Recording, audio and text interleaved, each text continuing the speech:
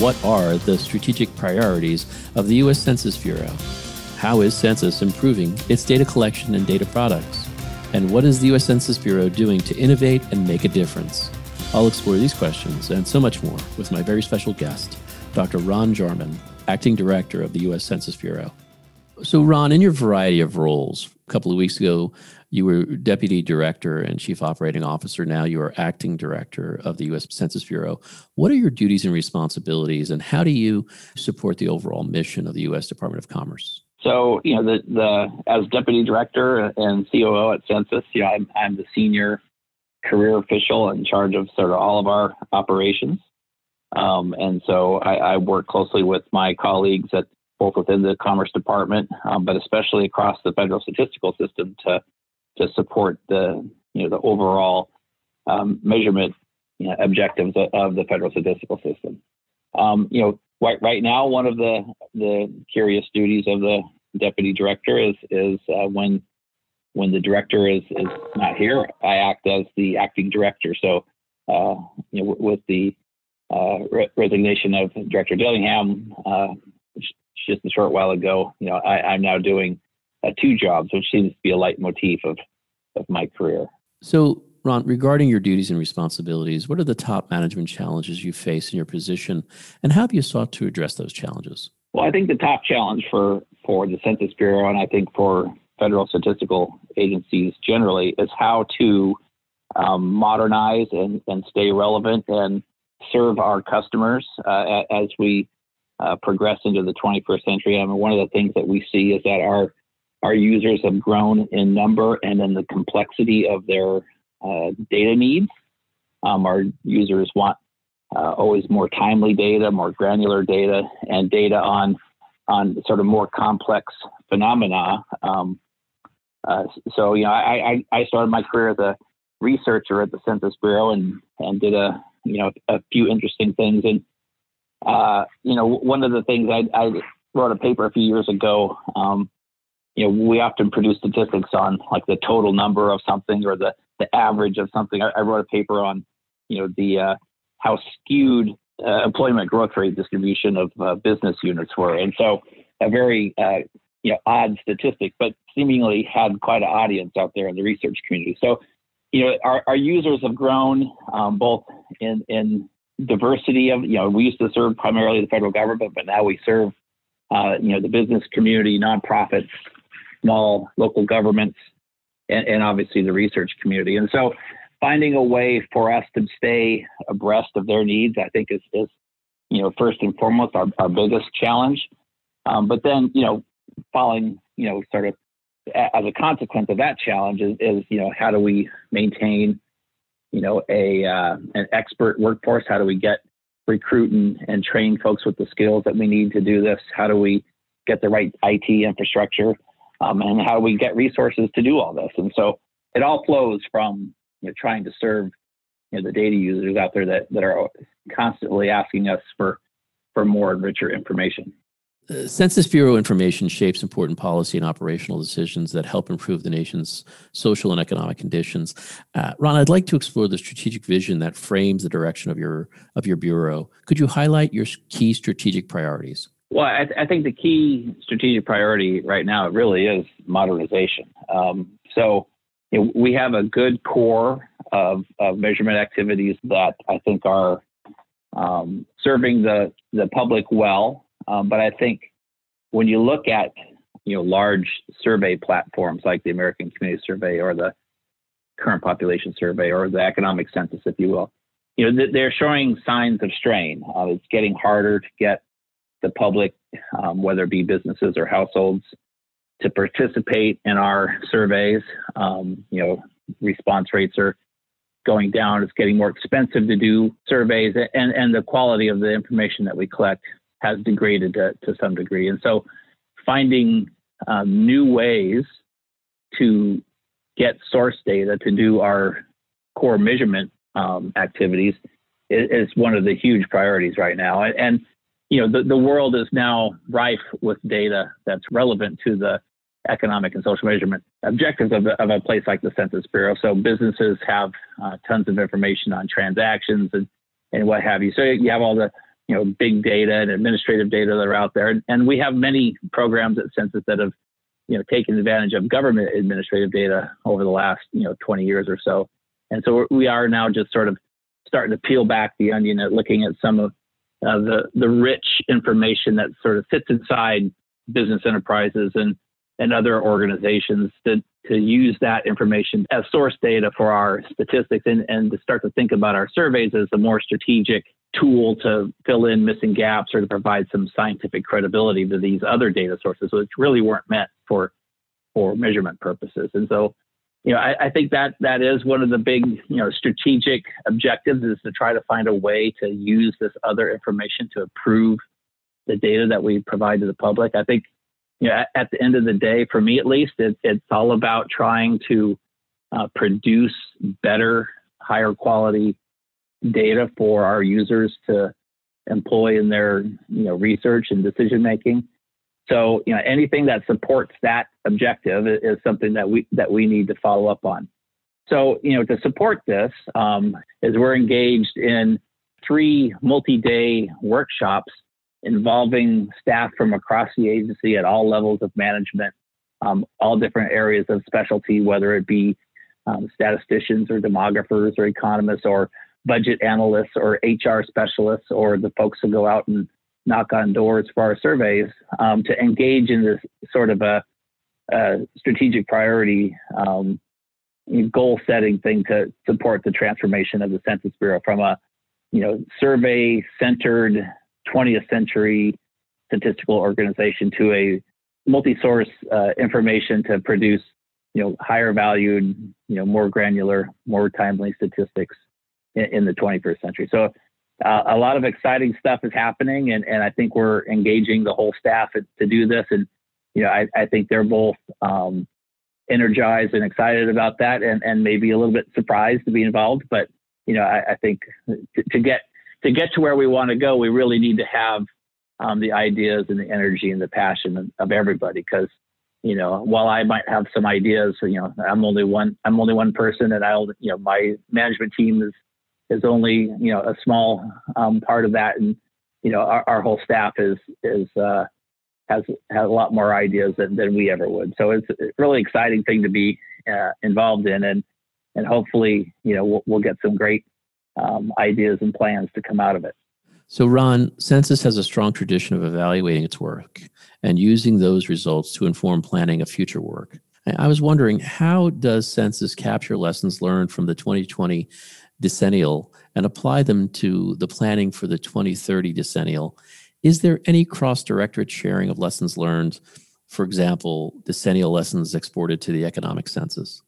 Yeah, well, I think, there already is, and some of it is in a formal sense that, reports are written and, people review them and some of it's in an informal sense, and some of it is in, a bureaucratic sense. So we used internet response option on the 2020 census this year that, had many of its core components, developed outside of the decennial part of the Census Bureau. And so, I think that, sometimes whether it's technologies like that or, the fact that Decennial draws in management from the other parts of the Census Bureau. So, it kind of grows at the end of the decade. So, many of the key people, key decision makers in the Decennial Directorate were people that came from, the area, the economic directorate that does all of our business surveys.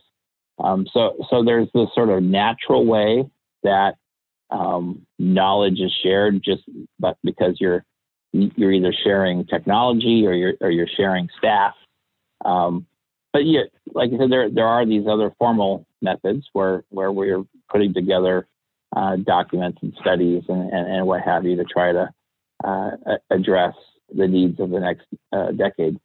I would say though, relative to lessons learned, in an annual survey, where what happened this year is pretty applicable to what you're going to experience next year. Things do change quite a bit in our country every 10 years. And the 20 census is a lot different in many ways from the 2010 census, especially in terms of the multiple modes that respondents were able to respond to the census with. But the fact that we use technology out in the field when our enumerators would go out to get answers from those households that didn't self-respond to the census. They walked around using iPhones as opposed to paper forms that they recorded answers on 10 years ago. And that, just completely changed how the day in the life of a census enumerator went. I mean, in 2010, they would, meet at a Starbucks or McDonald's every morning with their crew leader, and they would get their assignments and with paper maps, and they'd go out and do that work. Well, now they woke up in the morning and their census iPhone device had their work assignment for the day with an optimized routing strategy, the time that they should try to contact each household, and then they recorded their mileage and their hours all on the device that also captured the responses from the enumerators. And so the productivity of our enumerators were just much, much higher than it was in 2010. And so there really was, in many respects, a very different census. And I expect, we may have similar changes in technology or design of the census in 2030 as well. So when you do something once every 10 years, you do learn lots of lessons, but there are still some things that are so new that you didn't really have, sort of a baseline of that from before. So it is an interesting. I would just say from a management perspective, it's an interesting thing to see what some activity looks like when you only do it once every 10 years. So, Ron, looking ahead to the evolution of federal statistical agencies, can you describe how Census is using machine learning to enable the Bureau to become a data science organization? Yeah, so I think there's some early examples. I think we're just starting to scratch the surface of what we might be able to do there. But so one of the examples I just gave. So we use machine learning to help optimally route census enumerators while they're out collecting responses. But we also use it for a number of classification exercises. So we get data in and use machine learning algorithms to assign, whether it's industry codes or something like that. One of the things that we were really pleased about with the 2020 census was the work that we did leading up to the census to make sure that we had a really accurate address list of all of the housing units in the country. And one of the things that we did there was we used what we called in-office enumeration, where we used satellite imagery and other, geospatial information to sort of detect change. Did a farm get transformed into a housing development or something like that? Because of that, we were able to not send as many what we call address canvassers out in the field before the census to verify, all of the addresses. Like, in 2010, we verified 100% of the addresses in the country. This time we only did about a third. So one of the things is, when we did this, we had, several hundred analysts, some here at headquarters in DC, but also some 100 in our Jeffersonville, Indiana National Processing Center, sitting there looking at computer monitors using a tool to, do this change detection. And one of the things we hope to have developed here soon so that we can continue to do this kind of in real time across this decade is to use machine learning, to sort of do some of that work for the analysts and have the analysts focusing on the more peculiar cases and stuff like that. So, I think there's all sorts of great examples of how we might continue to, use these tools in our operational things, but also, we can use them in sort of, research and analytical ways as well. So lots of exciting things going on there. And obviously we're doing a lot to, skill up our workforce in data science so that, we got a bigger group of folks that can sort of drive this kind of innovation in the agency. Ron, what strategies are helping federal agencies like Census improve data quality and build trust in their own data? And how are you addressing questions of data quality and integrity? So, that's a constant, struggle. And, part of that is by being transparent. So, I think with the 2020 census, we've had, a number of challenges, both from the pandemic and from the hurricanes and wildfires and stuff that we, encountered issues with out in the field last year, but also the sort of contentious political environment that we're in today.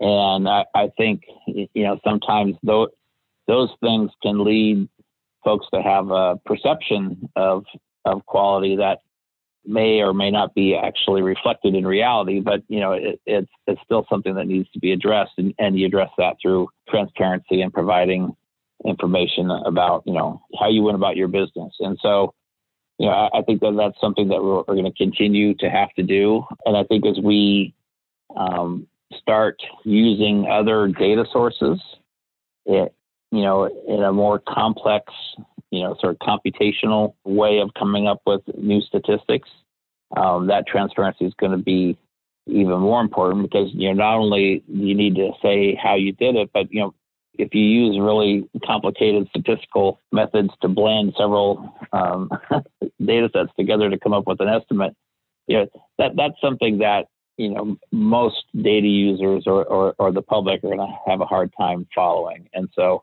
that's going to be a challenge for us to be able to communicate clearly to the layperson that the value stream of the statistic that we're asking them to consume was, trustworthy and reliable, and that statistic is fit for the purpose. And that's going to, that's just going to be something we're going to have to stay on top of, and will be, one of the key challenges of statistical organizations going forward, I think.